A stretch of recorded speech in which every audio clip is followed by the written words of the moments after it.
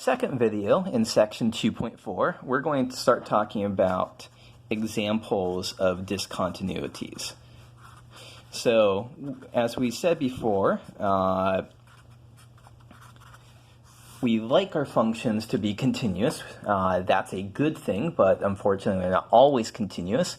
And so now we want to talk about what are the different ways in which a function can be not continuous, can be discontinuous. And we'll see that some of them are worse than others. And so we'll start off with some that aren't too bad. So the first type 1, is something that's called a removable discontinuity. So I'll draw a picture to show what this looks like, and then I'll write this up in words. So a removable discontinuity, there's kind of two ways that this could look. So it's going to look something like this, or something like this. So let me just label that as C here. So you can see what's going on in this first example. We have that the limit as x goes to c is going to exist. The only problem here is that f of c is not defined. There's a hole there. In the second example for g of x, the problem is, well, the good news is that the limit as x goes to c exists.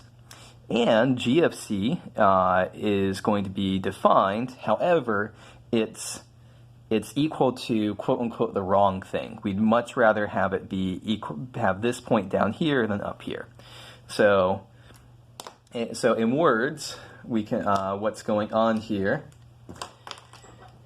that this is if f of c does not exist, but the limit as x goes to c of f of x exists. So that's this case. The second case is if, I guess I'll use g of, let me use f here. If the limit as x goes to c of f of x exists,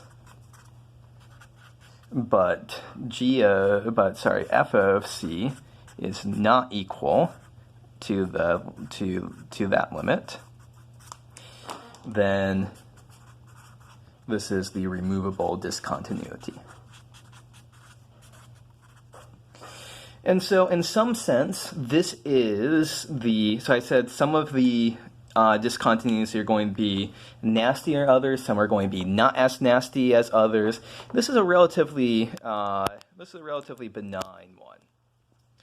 That basically the point here is that we can always just patch things up. It's removable. You take a little, we just kind of filled in this dot here, remove this down here, then the function would be continuous. So we could always, it's not all that much work, we could just redefine these functions if we wanted to by filling in that hole or moving that point down to fill in that hole. So not the worst case in the world. Let's look at an example of a function that has a removable discontinuity. So let's suppose that our function h of x is equal to x cubed minus 27 all over x minus 3. And so let's show that x equals 3 is a removable discontinuity.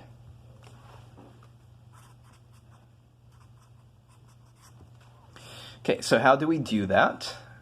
Well, we're going to be in this first case here. We're going to be in the case where we're going to see that the function is not defined at the point x is equal to 3, but we're going to see that the limit does exist.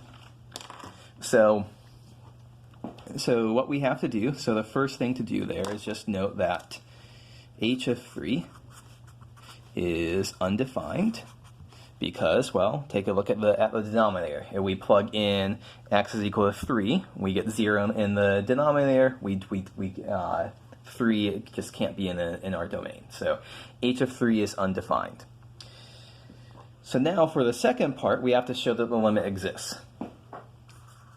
So we have to show that the limit as x goes to 3 of x cubed minus 27 over x minus 3. We want to show that this limit exists. How do we do that?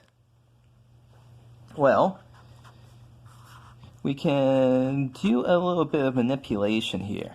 X cubed minus 27, that is equal to x minus 3 times x squared plus 9 and I think 3x there, x minus 3. So let me just double check that I did that factoring right. Everything looks on the up and up here.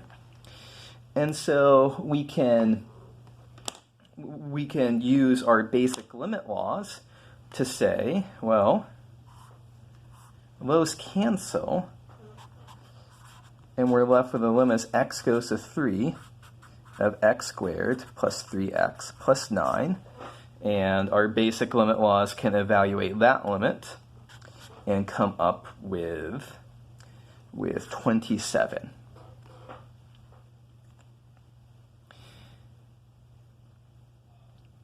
And so the point here is that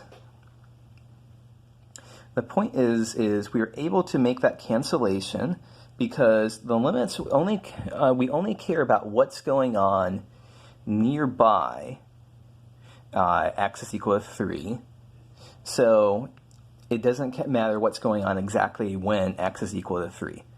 So ordinarily, we can't make this kind of change of canceling out this x minus 3 factor, this x minus 3 factor, because that's changing what the function is at some point. This function, x squared plus 3x plus 9, is defined at 3. This one isn't. But limits don't care about what happens exactly at 3. They just care about what happens nearby 3. So we are allowed to do that.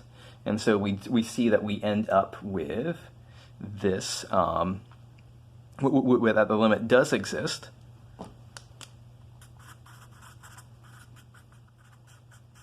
And so as a result then, we're in the case that we have a removable discontinuity. Essentially what the graph of this function is going to look like is it basically looks like some parabola,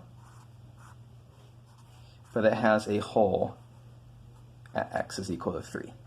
So we can patch out that hole by filling in with the appropriate value. That makes this a removable discontinuity. So that is a not too bad case of a discontinuity. In the next video, we'll look at some worse cases.